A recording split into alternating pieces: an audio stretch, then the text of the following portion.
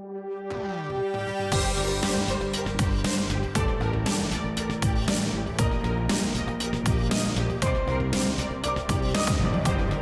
is facing 50% tariffs from the US. But the heat is on Trump and his advisors.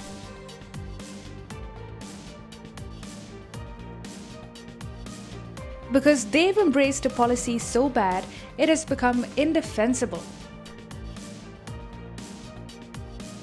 And to make things worse, India is standing its ground, staring them down and forcing them into their own trap. So what's happening? This is Shubhangi Sharma and you're watching Fine Point. Let's dive in.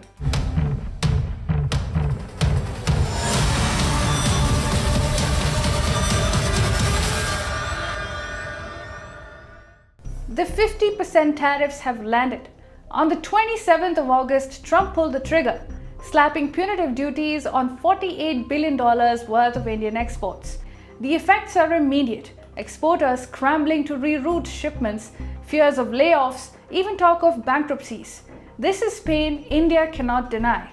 The fault, though, lies with Donald Trump and his advisors, who have chosen a spectacularly bad policy, treating a friend as an enemy and undoing years of progress. Instead of isolating India, they have exposed Washington's own hypocrisy, sharpened New Delhi's resolve to defend its sovereignty, and de-risk its economy. This is India saying, we will not be bullied. And the world is taking note, which is adding to the Trump administration's woes. Just take a look at Trump's tariff advisor Peter Navarro's latest meltdown. If this trade war seems unhinged, Navarro's behavior proves it. Once branding India the Kremlin's laundromat, he's now calling the Ukraine war Modi's war. Now you must have heard this war being termed as Putin's war or even Biden's war. But Modi's war, that's a stretch. This is incoherent, desperate rhetoric. But it's also a dangerous smear campaign against India. Navarro accuses India of profiteering without admitting why India turned to Russian oil in the first place. Because the US and Europe shifted to traditional Indian suppliers, driving prices above $120 a barrel. India's timely purchases averted inflationary chaos at home and stabilized global oil markets at the peak of the war. Navarro also does not acknowledge that if India stops buying Russian oil, then global oil prices will soar to as high as $200 a barrel. Even the Biden administration knew this, quietly structuring a price cap understanding with India to keep global oil affordable. That was realism. But Trump's hypocrisy does not end here. The United States is actively looking for an energy partnership with Russia, the same Russia that it does not want India to trade with. Alongside Ukraine peace talks, Washington has privately explored ExxonMobil's return to Russia's Sakhalin project, proposals for selling equipment to Russia's LNG sector, and even buying Russian icebreakers. If India buying discounted oil is immoral, what exactly is this? This is why it is suspected that Trump's tariffs have nothing to do with Russian oil, but more about forcing capitulation.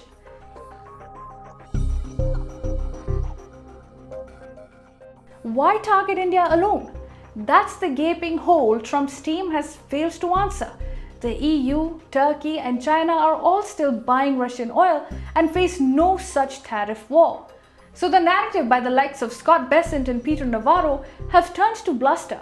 They accuse India of profiteering and claim that it does not need Russian oil. But that misses the point by a mile. Sovereignty means the right to choose. India's choice of oil suppliers, whether Russian, Saudi, Emirati, Iraqi, or American, is India's and India's alone. What Washington really resents is not India's choice, but India's impact. Indian refiners aren't just buying Russian crude, they're exporting refined products at scale, including to Europe, keeping prices in check, but also eating into others' profit margins. When the US needed India to put prices in check, it said nothing. But with the prices in control today, the Trump administration, perhaps also speaking for the oil lobby in the US, is trying to box Indian exporters out. They have to play by the rules if they want to stay in the market. That's the message. The tariffs, then, are less about economics and more about control. A warning that New Delhi must not be allowed to influence oil prices without the USA's permission. This is why the argument feels less economic than psychological. A message to India. Don't think you can shape markets.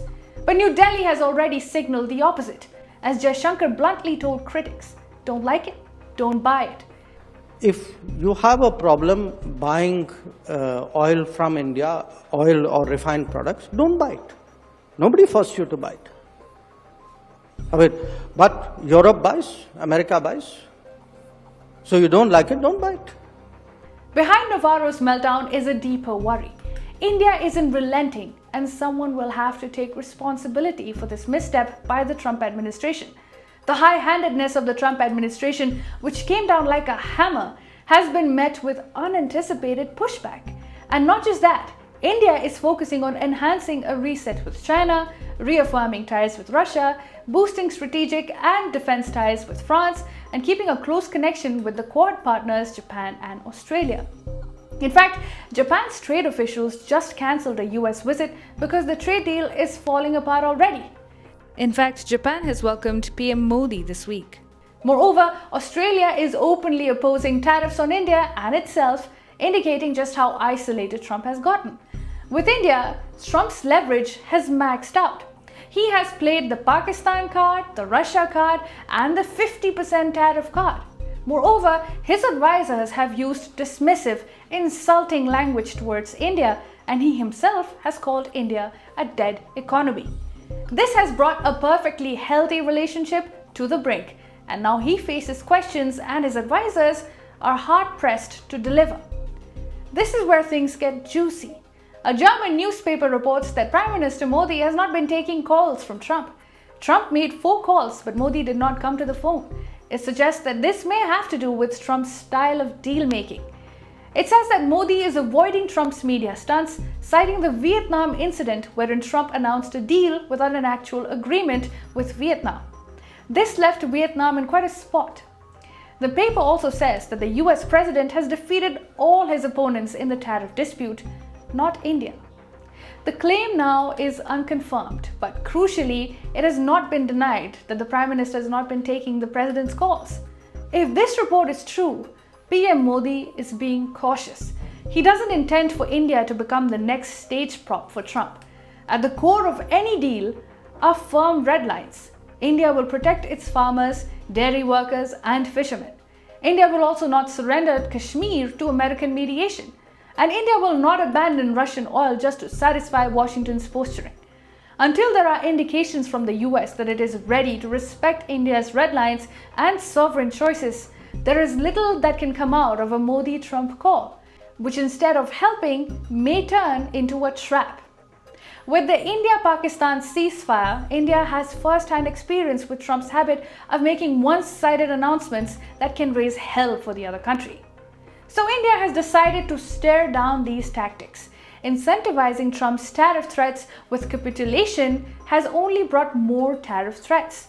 It's a recurring nightmare for nations. Moreover, India has been burned before. We cut Iranian oil to zero in 2018 under US sanctions.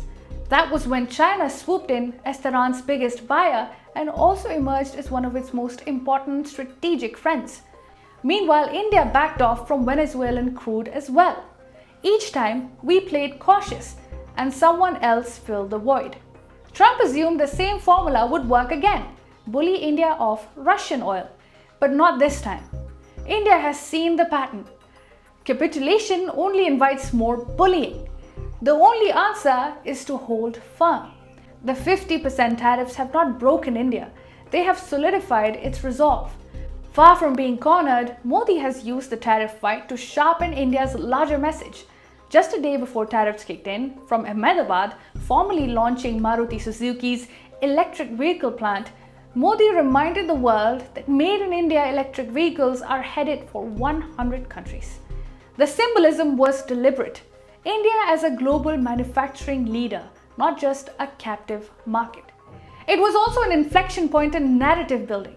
India-Japan cooperation had revolutionized the auto sector decades ago, and now they're leveling up. Meanwhile, India is pushing semiconductor manufacturing with 6 plants in the works. It is securing critical minerals for auto manufacturing and pushing mission manufacturing into futuristic industries. At the very moment that America tries to weaken India's industrial footing, Prime Minister Modi has reframed it as an opportunity to double down on self-reliance. And New Delhi isn't just talking, it has cut the goods and services tax to boost the economy, it has boosted the textile sector by removing an 11% duty on cotton imports, and it has launched an outreach program in 40 key markets from Europe to ASEAN to expand textile exports. Those markets import $590 billion worth of textiles annually. India's share right now is only 5 to 6%. So diversification is both strategy and signal. If America won't buy, others will. Trump wants nations to dance to his tunes with the magic wand of tariffs. But that wand has failed in India, which is holding on to its sovereignty.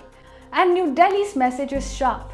India won't take cues on where to buy oil from or any other sovereign decisions. And Trump is learning that the hard way.